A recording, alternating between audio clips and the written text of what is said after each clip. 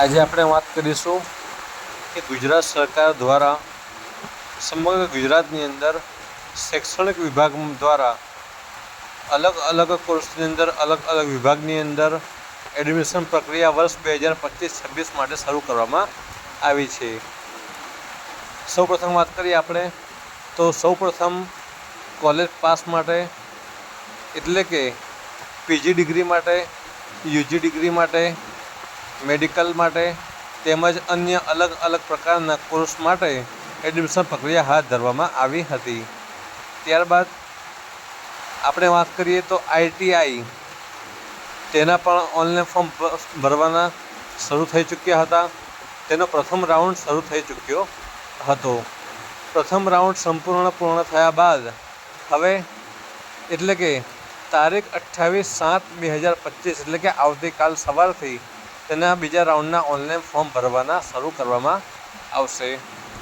Online form ભરવા માટે તેની ઓફિશિયલ વેબસાઇટ છે ITI.government in એની ઉપર તમામ પ્રકારના તમામ કોલેજોના અને તમામ વિવિધ કોર્સની અંદર તેના ફોર્મ ભરવાના શરૂ થઈ ચૂક્યા હશે. અરજી કરવાનો સમયગાળો તમે સ્ક્રીન પર જોઈ શકો છો. તારીખ 28 જુલાઈ 2025થી તારીખ 4 ઓગસ્ટ 2025ના રોજ તેના ફોર્મ ભરવાના રહેશે. આ બીજા રાઉન્ડ માટે પ્રવેશ પ્રક્રિયા કઈ રીતે છે તેનું તમામ શેડ્યુલ તમામ તબક્કા અહીંયા તમને જોવા મળે છે. તેની રજિસ્ટ્રેશનની ફી વાત કરીએ તો ₹50 ઓનલાઈન ફી ભરવાની રહેશે.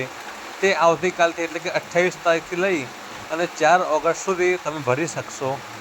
ત્યારબાદ ચોઈસ ફિલિંગ કરવાની તારીખ 28થી લઈ અને 4 તારીખ સુધી એટલે કે 3 સ્ટેપ તમારે આવતીકાલથી લઈ અને 4 ઓગસ્ટ સુધી ભરવાના રહેશે. ત્યારબાદ મેરિટ લિસ્ટ એટલે કે જે તમે ફોર્મ ભર્યું હશે તેની મેરિટ યાદી તેની ઓનલાઈન વેબસાઇટ પર ITI.government એની ઉપર તારીખ 7 ઓગસ્ટ 2025ના રોજ મૂકવામાં આવશે. મેરિટ લિસ્ટની અંદર જે લોકોના જે વિદ્યાર્થીઓના નામ આવ્યા હોય તેમને જે સીટ મળી હોય, જે સંસ્થામાં નામ મળ્યું હોય, જે સંસ્થામાં એડમિશન મળ્યું હોય, જે સંસ્થાની અંદર પ્રવેશ માટે તમને ઓફર મળી હોય ત્યાં પ્રવેશ કન્ફર્મ કરાવવાનો રહેશે. પ્રવેશ કન્ફર્મ કરાવવા માટે તમને 3 દિવસ આપવામાં આવે છે. તારીખ 8થી લઈ અને 11 ઓગસ્ટ સુધી તમને તારીખ આપવામાં આવે છે. આ સમય દરમિયાન તમામ પ્રકારના સ્ટેપ તમારે સંપૂર્ણ પાર કરવાના રહેશે. તેના ઓનલાઈન ફોર્મ ભરવા હોય તમારે ઘરે બેઠા તો અમારા વોટ્સઅપ નંબર છે 7383 70 75 64 7383 707564 પર એની ઉપર સંપર્ક કરી અને તમે ન જીબી સાથે ઘરે બેઠા ઓનલાઈન ફોર્મ ભરાવી શકો છો. જો તમારે ફોર્મ ભરવા હોય તો તમામ પ્રકારના ડોક્યુમેન્ટ અમારા વોટ્સઅપ નંબર મોકલી અને તમે ફોર્મ ભરાવી શકો છો. ચેનલમાં નવા હોય તો ચેનલ સબસ્ક્રાઈબ કરજો, લાઇક કરજો, શેર કરજો, જેથી આવી તમામ પ્રકારની માહિતી, તમામ પ્રકારના અપડેટ્સ અને અન્ય તમામ પ્રકારની જાણકારી તમને અને તમારા મિત્રો સુધી પહોંચતી રહે. તો તમને સમજણ પડી ગઈ હશે કે આવતીકાલથી ઓનલાઈન ફોર્મ ભરવાના શરૂ કરવામાં આવશે એટલે કે તારીખ 28થી શરૂ કરવામાં આવશે.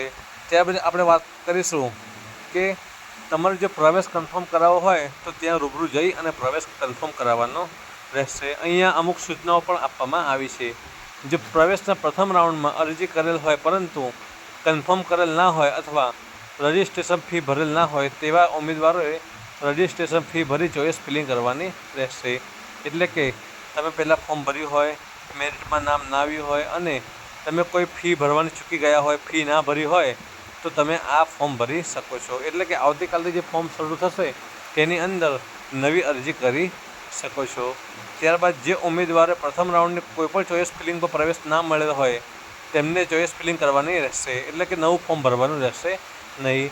જે ઉમેદવારોની અરજીમાં ખોટી વિગત હોવાથી પ્રવેશ રદ થયેલ હોય તેમની ફોર્મમાં સુધારો કરી અને ફરી ચોઈસ ફિલિંગ કરવાની રહેશે. જે ઉમેદવારે પ્રથમ રાઉન્ડમાં પ્રવેશ મેળવેલ હોય અને અન્ય ટ્રેડમાં પસંદગી આપવા માંગતા હોય તો તેમને પણ બીજા રાઉન્ડમાં પ્રવેશ પ્રક્રિયામાં ભાગ લેવા જોઈશે. તેમને પણ ભાગ લઈ શકશે. એટલે કે તમે અગાઉ ફોર્મ ભર્યું હોય, ફી ભરવાની રહી ચૂકી હોય, ફી ના ભરી હોય, પ્રવેશ ના મળ્યો હોય, પ્રવેશ કરવાનું કન્ફર્મ રહી ગયું હોય અથવા તમને જે પ્રવેશ મળ્યો હોય પરંતુ તમને તે કોર્સ ના ગમ્યો હોય, તે ટ્રેડ ના ગમ્યો હોય તો તમે ચોઈસ ફિલિંગ બદલી શકો છો. તમે તમામ સૂચનાઓ, તમામ માહિતી, તમામ એક એક કરી અને તમને સમજાવવાનો પ્રયત્ન કરવામાં આવી રહ્યો છે. તો તમને સમજણ પડી ગઈ હશે કે આ 4 સ્ટેપમાં તમને કઈ માહિતી આપવામાં આવી છે. એટલે કે જો તમારે ફી પણ ભરવાની રહી ગઈ હોય તો આ પ્રવેશ પ્રક્રિયાની અંદર ફી ભરી શકશો.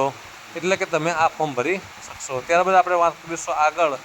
તો જે ઉમેદવારે પ્રથમ રાઉન્ડમાં પ્રવેશ મેળવેલ હોય અને તે ઉમેદવારે ITIમાં પ્રવેશ કન્ફર્મ ન કરાવેલ હોય તે પણ આ ફોર્મ ભરી શકશે. જે ઉમેદવારે પોતાની સ્વઘોષણા એટલે સ્વચ્છાએ પ્રવેશ રદ કરેલ હોય અથવા પ્રથમ રાઉન્ડમાં મળેલ ટ્રેડમાં એડમિશન લીધેલ ના હોય તેવા વિદ્યાર્થીઓ નવી અરજી કરવાની રહેશે. એટલે કે એમને કોઈપણ પ્રકારના સુધારા વધારા કરવાના રહેશે નહીં. એમને જે લોકોએ ITIમાં એડમિશન મળી ગયેલું હોય અને પ્રવેશ રદ કરાયો હોય ત્યાં જઈ તો તેમને બીજા રાઉન્ડમાં નવા ફોર્મ ભરવાના રહેશે. વધુ માહિતી માટે તમે તમારી નજીકની જે પણ ITI હોય ત્યાં જઈ સંપર્ક કરવાનો રહેશે. ફરી એકવાર તમને જાણ કરી દઈએ કે જો તમારે પણ ઘરે બેઠા કોઈ પણ પ્રવેશ પ્રક્રિયા અંતિમ તબક્કે રહી ન જાય અને તમારો પ્રવેશ કન્ફર્મ થતાં પહેલાં જો તમારે ફોર્મ ભરાવવું હોય તો તમે ન ફી સાથે અમારા વોટ્સઅપ નંબર છે 73 83 70 75 64 એની ઉપર ફોર્મ ભરાવી શકો છો.